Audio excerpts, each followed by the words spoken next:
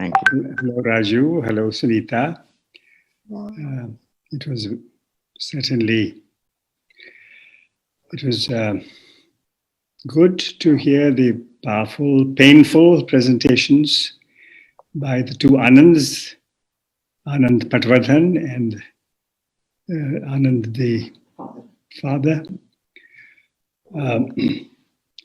So the picture we have witnessed, heard of India is extremely serious. It does not surprise those of us who are aware of the facts. And it's our duty to make this picture available to as many people as we can. These are, of course, very grim times for many countries. India is perhaps the largest among them. Certainly, India and China are two most populous countries in the world. We don't know too many details of what's happening in China, but we've heard some things about Xinjiang. We know a bit about Tibet. So we know that China also has very serious issues, and we certainly know, as has been confirmed by the two Anands today, of the very serious situation in India and the persecution, the violence, the torture, the injustice, of an endless sequence of human beings, in many cases wonderful human beings. This is painful beyond description, especially to somebody like me, who was born a few years before independence, who saw the trauma of the 47 killings, and who then also saw the incredible way in which India reorganized herself and was determined to end the toxicity, the madness, the hatred, the violence, the ill will of 47. And for several decades thereafter, yes, lots of injustice continued, lots of horrible things continued, but India had found a new way. So it seemed. But now, in the last several years, along with many other countries in the world, this idea that a nation belongs not to everybody in that nation, but to one group in that nation, one strong group in that nation. Sometimes the majority in that nation, not necessarily, but the most dominant group in that nation should control that nation. That America doesn't belong to everyone, but white Americans must rule America. India doesn't belong to everyone, but Hindus must rule India. So this notion that some are more equal than others has gained great strength in the world. In many countries, country after country after country. Recently in the United States, that notion received a very healthy setback when Trump was defeated. And yet the US too faces great challenges. But of one thing I'm absolutely certain. With all the delineation, the details of the horrible, horrible cruelty in the world, the injustice in the world, that the human spirit will not tolerate it beyond a certain point. And that equality and dignity and mutual respect, the commonness of all of humanity, are principles which will in the end triumph. When Father Anand showed, among other things, those pictures of humble people, very poor Muslims, Christians, Hindus, people of all different religions, all meeting in various villages, praying together, seeking the Almighty's protection together, expressing their fellowship one with the other. That is a very real force. And the victory of that fundamental idea is absolutely certain. And I celebrate that victory, although I may be celebrating it many months, many years, I hope not too many years in advance. But I celebrate that in advance because the idea that some people should, with cruelty and hatred, rule over the others is absolutely contrary to the human spirit. This planet, this precarious planet, belongs to everybody living in it. Everybody living in it. And the United States is this amazing example. Yes, the US also has witnessed domination, cruelty, inequality, slavery, injustice, the dispossession of the original people of this land. All that the US has witnessed, and yet the US is constantly reinventing itself. And the union is constantly being improved, bettered. And so here we have a chance. And this is a global battle. It's not an Indian battle, not an American battle, not a battle for Hungary or for Turkey, or for a few countries. It is a battle in every single country. And I'm very glad, very pleased that Hindus for Human Rights has organized this. What an amazing presentation, thoughtful, biting, powerful from Anand Patwardhan. And what a vivid and equally painful, hurtful presentation from Father Anand. But prodded by these presentations, we will do, all of us, even more than we have done, to continue to work for the eventual inevitable triumph of equality, dignity. Thank you. Thank you. Thank you very much, Rajmohanji. It was a surprise that you had joined us. And can you hear me? Yeah, I can hear you, sure. Okay, okay. Oh, I have one question that has been bothering me ever since the recent elections here. When we see over 70 million people voting for Trump, despite what to many of us seems like a runaway presidency in every aspect, there are people that are saying we must reach out to those people. They can't all be bad people. We must reach out to those people.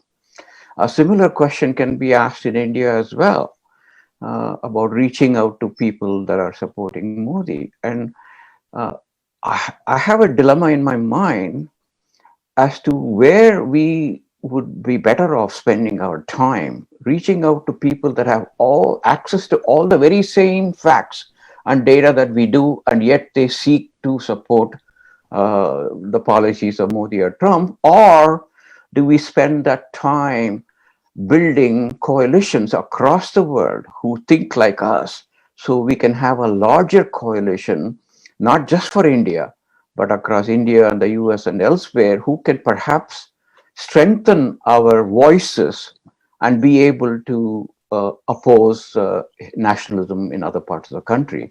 I know it's not a question of either or. We, at some level, we need to do both, but I do keep coming across that dilemma time and again as to where we should spend our time. I don't know if you have any words of wisdom, any words of advice on what you think. Well, it's a tremendous question, Raju, tremendous question. I certainly don't have a clear or a simple answer to it. It is a question that many people are asking themselves all over the world. And I think, although you've mentioned the US and India, what you're asking is also valid in many other parts of the world. And I think that is something that should maybe help us to see what is happening. Is it that suddenly 49.5% of the world, or 51 or 52% of the world has become terrible? Obviously, that may not, we don't know. We can't absolutely say with finality what is happening, but at least at one level, it seems unreasonable to imagine that suddenly, or through one process, roughly one half, or slightly less than, or slightly more than one half of the world has become bad or horrible. I think that, yes, many people who have the same information as the rest of us have about the mountain of lies and palpable falsehoods and the horrible improprieties of every kind, the rudeness, the so forth, that should put off many more people, but it hasn't. And I think that, let me put it this way, somebody asked me, referring to the large numbers, the absolutely huge numbers in America who listened with great devotion, obvious adoration to Trump. Do they think that he cares for them when it is widely known that it's clear that he really cares for himself? Do these people imagine that he cares for them? And my tentative answer is something like this. No, they may not feel that he cares for them rather than for himself. But he seems to care for what they care for. So what is it that they care for? A variety of things. It must vary from place to place. But there is some kind of pride in the flag, some kind of belief or picture of a country that they had nursed, say in the United States, a country where whites are dominant. Now, others may see this as an unsatisfactory thing, that the domination of one by the other. But then if you're used to this domination and you belong to that group, then that is the world in which you were comfortable. And you see that world changing. First, a black president came in the United States, and now people who are openly speaking about changing the culture, about strictly or firmly, or in some cases, harshly dealing with an earlier culture. That will not please everybody, obviously. So I would say that no matter how inadequate or flawed this reasoning might be, so there is some humanity in these people which we must find ways of appealing to without relenting for half a second on the need for solidarity among everybody else. So as you said, that we have to work on many fronts. Each one of us has to find how to divide our day, our hours, our minutes, how best to divide them. So, now, you know, the other thing that I tell myself, I'm a bit of a historian, as you know, and many other horrible cruelties in the world have ended. But then in most cases, and so, by the way, some of these cruelties have not ended. I mean, Cambodia continues in many ways the way it was. We can name some other countries that have continued for decades. But where they did end, much of the world was united in order to end them. So this situation where simultaneously so many countries are facing this ethno-nationalism, domination by some over the others, it's not so easy to see. We don't have a roadmap from the past on methods of ending it. But so this is where each one of us is tested personally in the core of our beings. What do we believe?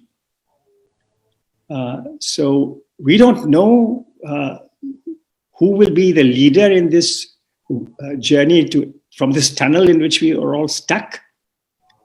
But there will be a way out. Different ones will find the way. And yes, the American voters. And remember, it is these people in Detroit, in Chicago, in Philadelphia, and everywhere. Mind you, these are the people who tilted the balance. Everybody played the part. All the 75 or 76, 77 million who voted against Trump, each one of them played the part. But from one angle, it was these amazing African Americans in different parts of the United States, the women and the men. And remember this too. If we ask ourselves, is it worthwhile spending any time with these people who seem to be defending the status quo, harsh status quo. Remember that Trump and his teammates, while all the time fanning the flames of racism, and all these outfits were openly encouraged, these shameful outfits are openly encouraged. Simultaneously, they made a successful bid to capture a tiny slice of the black vote, to capture a thicker slice of the Latino vote. So if they can do this, why shouldn't we go for the many whites who voted for Trump? So anyway, let each of us find how best to use our time and energies, and let us never, never lose our faith in the spark inside each one of us for equality, for mutual respect, for kindness. Thank you. Thank you very much, Rajmohanji. I had never thought of that perspective. If they can capture a tiny slice of African-American vote, why can't we make an attempt to capture a small slice of the pro-Trump? Thank you so much. We have a question from one of the listeners. This is about the Trump administration's advances made in international religious freedom and some of the alliances formed for advancing international religious freedom. I think the question also refers to the executive order that has made international religious freedom a core component of the US foreign policy platform. How can the potential Biden administration build on all these accomplishments? I will make an attempt to answer that, and perhaps Rajmohanji, if you have any thoughts on that, you might. At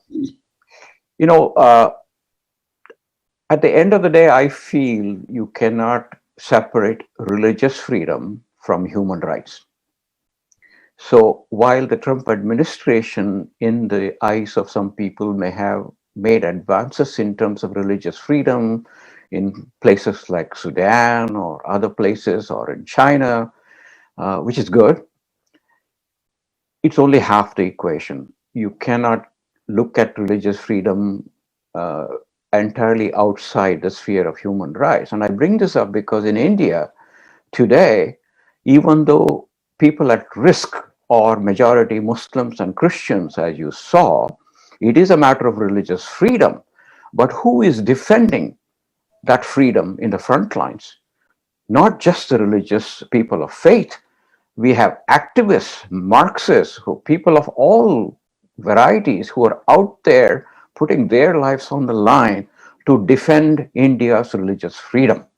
So if I had any say in the Biden administration policy, I would say you must look at human rights and religious freedom together, or two sides of the same coin, to really make an impact, especially in places like in India.